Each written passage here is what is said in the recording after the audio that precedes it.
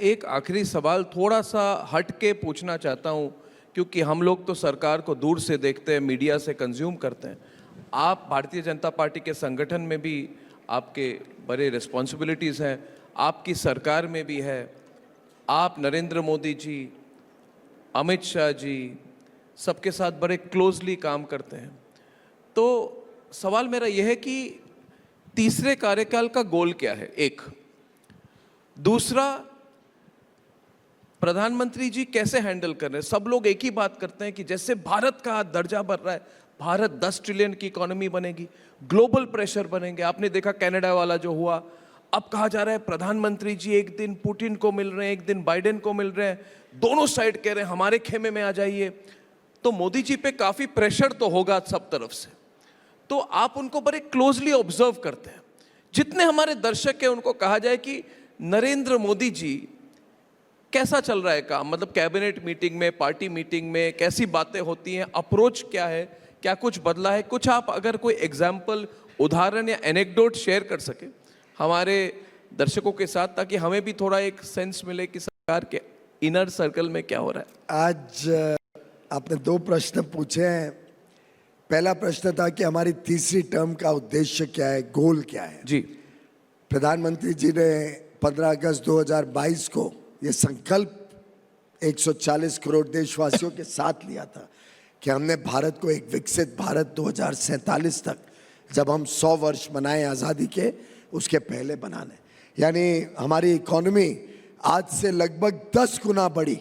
आज जो 3.5 ट्रिलियन की इकोनॉमी है, वो 30-35 ट्रिलियन डॉलर की इकोनॉमी 2047 तक बने, उस अमृत काल में हमने प्रवेश किया है। पहले 10 वर्ष में बड़ी चुनौतियां थी।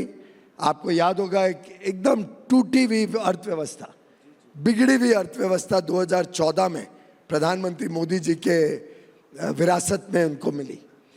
एक फ्रेजाइल 5 इकोनॉमी, फ्रेजाइल 5 यानी विश्व की जो 5 सबसे कमजोर इकोनॉमी अर्थव्यवस्थाएं थी, उसमें भारत को गिना जाता था।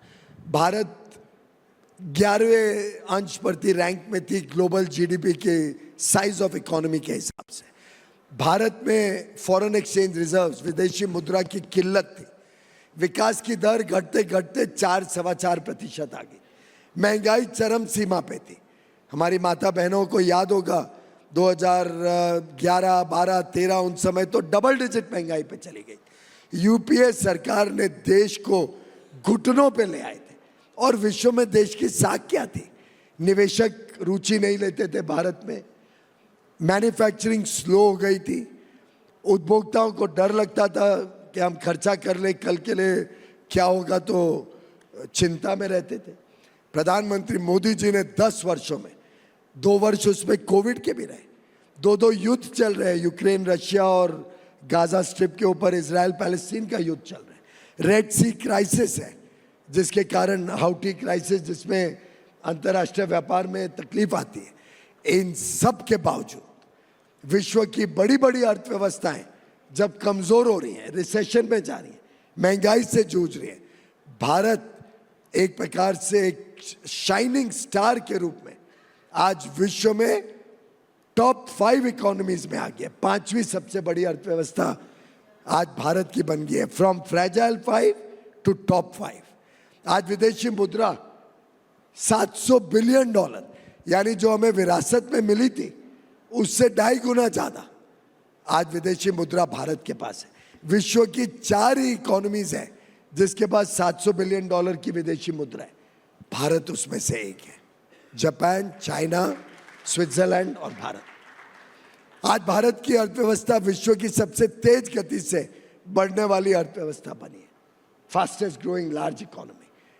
भारत में महंगाई आज कंट्रोल में है।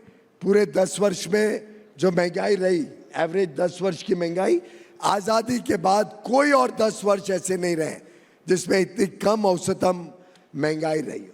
हर पैमाने पे हमने एक भारत के जो फंडामेंटल्स होते हैं, जो आधारभूत आंकड़े हैं, जो आधार भारत की अर्थव्यवस्था का मैक्रो इकोनॉमिक फंडामेंटल्स हैं, उस बेस को स्ट्रॉन्ग किया।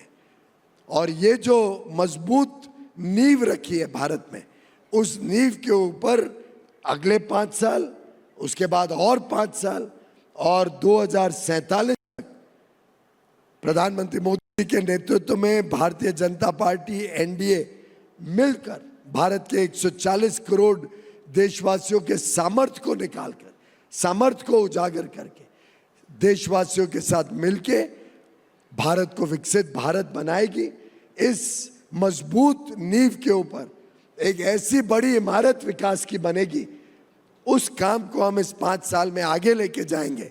ये हमारा वादा भी है, ये हमारा संकल्प भी है और इस पर हम दिन रात प्रधानमंत्री मोदी जी के नेतृत्व में काम कर रहे हैं। रही बात मोदी जी के राजनीति, कला, संस्कृति का संगम, किसमें कितना है दम। राष्ट्र सर्वोपरि सम्मेलन 18 अक्टूबर सिर्फ रिपब्लिक भारत पर।